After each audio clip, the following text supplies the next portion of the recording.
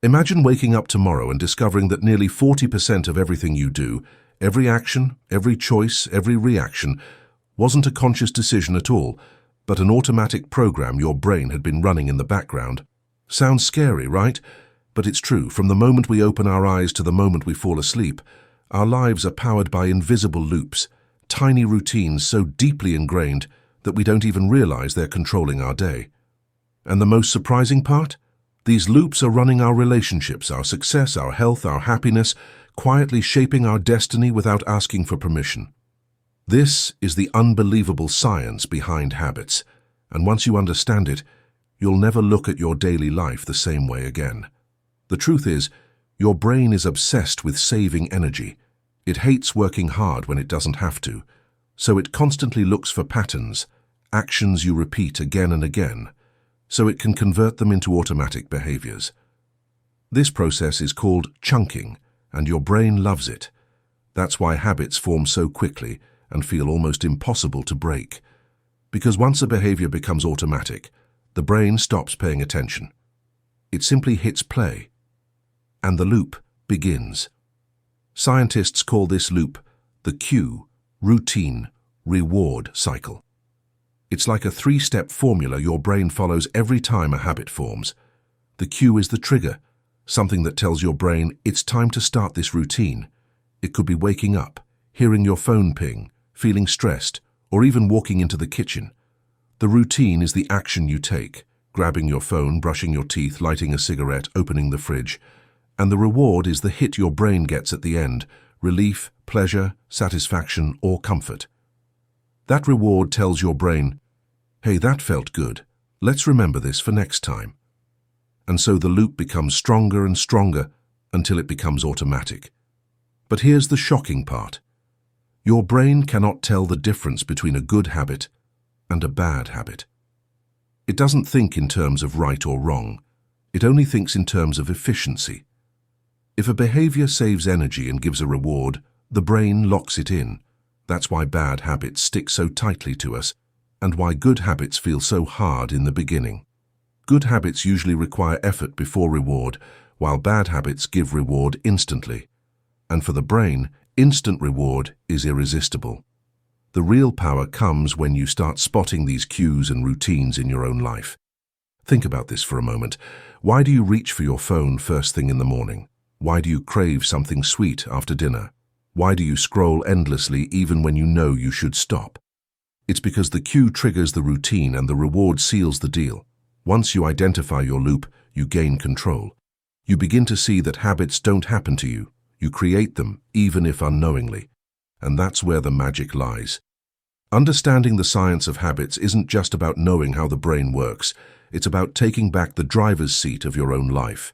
If habits control almost half of what you do, then learning how they form gives you the power to redesign your days, your mindset, your results, and your future. Once you learn how to break the loop or build a new one, you're no longer a prisoner of your past patterns. You become the architect of your future behavior. And that is where true transformation begins. Now that you understand how habits actually form inside the brain, let's go one step deeper into something even more fascinating. The idea of keystone habits. These are not ordinary habits. They're the kind of habits that, once formed, trigger a chain reaction of positive changes across your entire life. Think of them like dominoes. You push one, and suddenly 10 more fall effortlessly without you touching them. And what's crazy is that most people don't even realize which of their habits have this hidden power. A keystone habit is powerful because it influences your mindset, your confidence, your discipline, and even the way you make decisions. For example, when someone starts exercising regularly, they often begin eating healthier without trying. They start sleeping better, feeling more confident, and sometimes even performing better at work. That one habit quietly reshapes other areas of life because it changes how you see yourself. The moment you start doing something consistently, your identity begins to shift. You go from, I wish I was disciplined, to, I am someone who takes care of myself. And once identity changes, behavior follows naturally. The same happens with habits like waking up early, reading daily, or planning your day before it begins. These habits create mental structure. They give your brain a sense of control and clarity. And the better your mindset becomes, the easier it is for other positive habits to form. That's why Keystone habits are considered the foundation stones of personal transformation. They're not just actions, they're catalysts. But the real question is, how do you identify your Keystone habits? The answer lies in self-observation. Start by asking yourself, what one habit, if I improved it, would automatically improve many other parts of my life? For students, it might be studying for just 30 minutes every day. For someone struggling with stress, it could be meditating or journaling. For someone trying to break laziness, it could be walking for 20 minutes daily. The key is to find a habit that builds confidence and momentum. Here's something interesting. Keystone habits don't need to be big. In fact, the smaller they are, the easier they stick. A 5-minute morning routine, drinking water right after waking up, or simply making your bed. These tiny actions create psychological wins.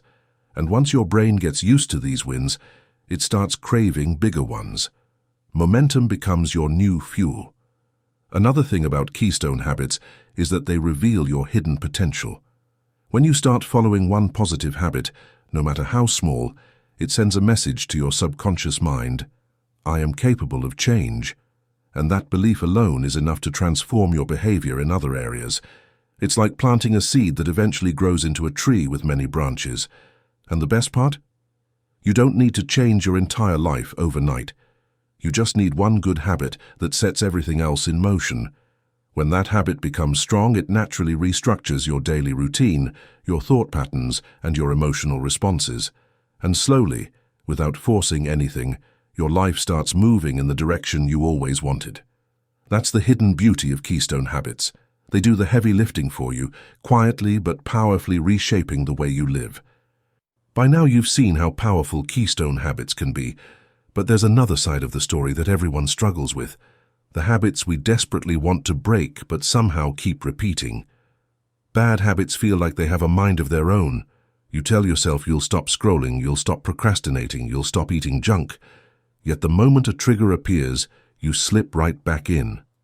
And it's not because you're weak or lazy, it's because bad habits are perfectly designed to satisfy your brain in the fastest way possible.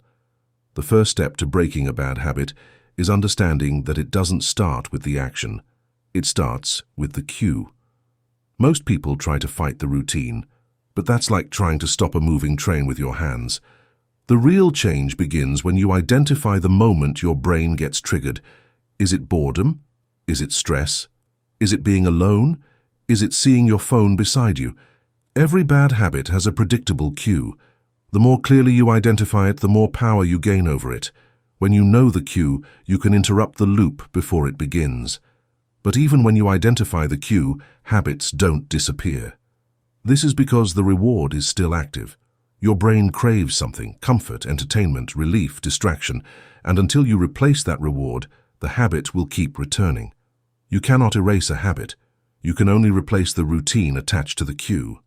That means if stress makes you reach for junk food, you need a new routine that still gives relief, maybe deep breathing, a glass of water, or a quick walk. If boredom makes you grab your phone, you might replace it with reading 2 pages of a book or writing a quick note. The key is not to remove the loop, but to rebuild it with a better routine. Another major reason bad habits are so hard to break is that they operate on autopilot. The more you repeat them, the stronger the neurological pathway becomes. It's like a road. If you keep walking on the same path, it becomes clear and easy to follow. But if you stop walking on it and start using a new path, slowly the old one fades. That's why consistency matters. Even if replacing a routine feels awkward at first, every attempt weakens the old habit and strengthens the new one. Willpower alone isn't enough to break bad habits. It works for the first few days, maybe a week, but eventually your brain gets tired and falls back into old routines. That's why you need systems instead of willpower. Remove temptations from your environment, create friction for your bad habits, and make good habits easier. For example, if you want to stop scrolling late at night, charge your phone in another room. If you want to stop snacking, don't keep snacks within reach. If you want to stop wasting time, set a timer and break work into small chunks. The easier you make the new routine, the faster the old one dies. There's also an emotional layer to breaking habits. Many habits exist because they are coping mechanisms. People overeat because of stress, overscroll because of loneliness, overspend because of emptiness. Until you address the emotion beneath the habit, you will keep returning to it. When you recognize the feeling driving your routine, you stop fighting the habit blindly and begin healing the root cause. Breaking a bad habit is not about perfection. It's about awareness and replacement. Once you understand the loop, you're no longer controlled by it. You start making conscious choices, and every conscious choice weakens the cycle.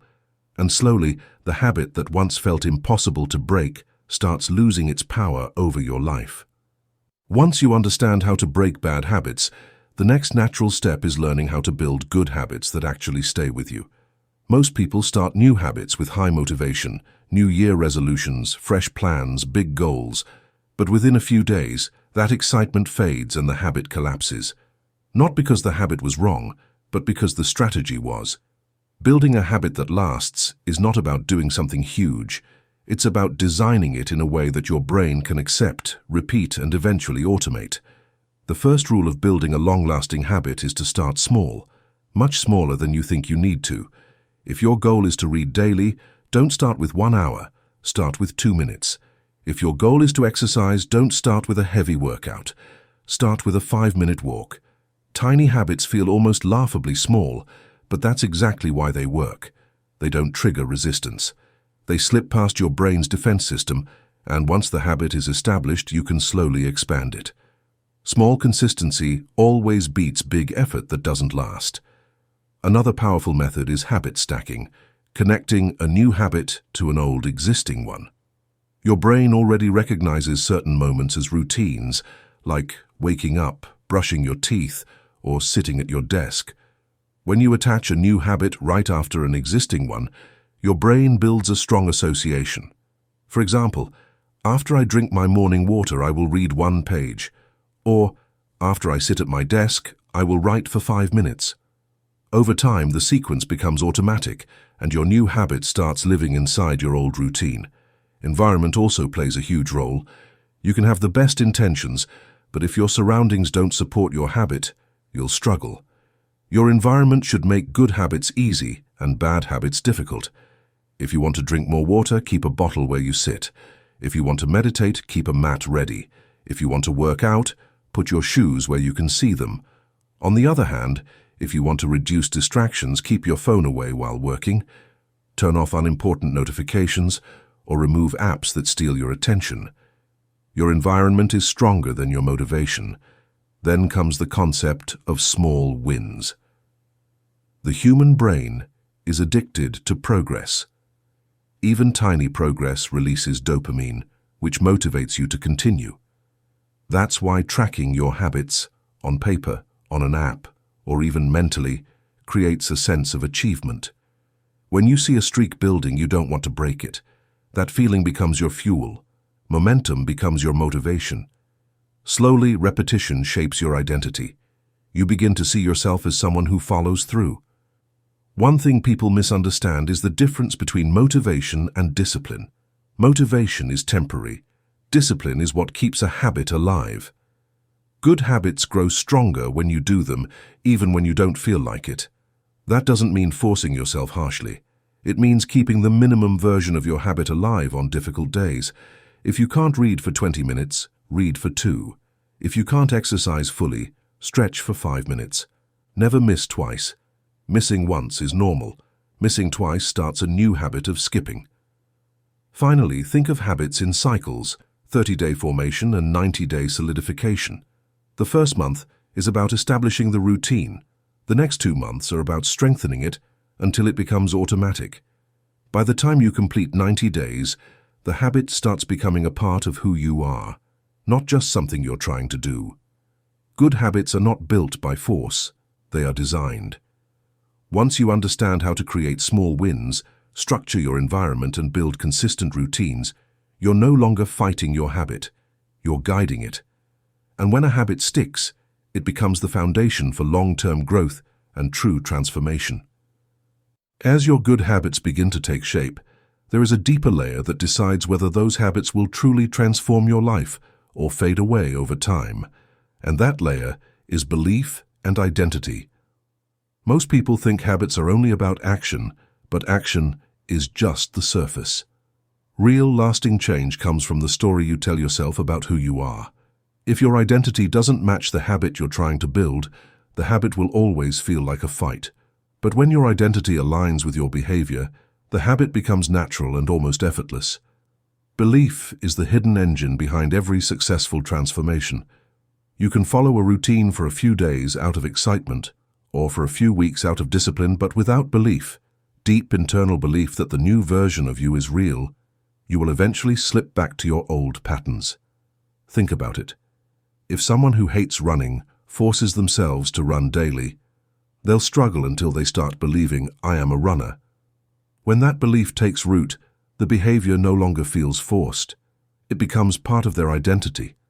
Identity-based habits are powerful because they don't just change what you do, they change who you think you are. When you tell yourself, "I'm trying to read more," it feels temporary. But when you shift to, "I am a reader," the habit becomes emotionally supported. The same goes for, "I am a healthy person," "I am disciplined," or "I am someone who keeps promises to myself." Your brain wants to stay consistent with your identity, so when your identity shifts, your behavior naturally follows. But belief doesn't grow automatically. It's built through repeated small actions.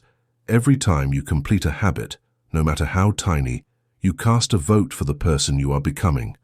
And the more votes you cast, the stronger your identity becomes. Soon your behavior and your belief start reinforcing each other. That's when transformation becomes unstoppable. Another powerful tool for building belief is your environment. The people around you, the conversations you hear, the energy you absorb, all of these shape your identity. If you surround yourself with people who think growth is impossible, your habits will suffocate. But if you surround yourself with people who push themselves, who believe in improvement, who support positive change, their belief begins transferring to you. That's why communities, groups, or even online environments can play a massive role in habit building. When you're part of something bigger, your belief gets amplified. Visualization and affirmations are also strong identity builders. When you imagine yourself already living the life you want, confident, disciplined, focused, your brain begins forming neural pathways aligned with that identity. Athletes do this, entrepreneurs do this, performers do this. They see the future version of themselves so clearly that their present actions naturally move toward it. Affirmations work the same way. When repeated consistently, they reprogram your subconscious mind and help you believe in the identity you're building. But the most important part of belief is proving things to yourself through action. You don't need massive wins to build belief, you just need consistent ones.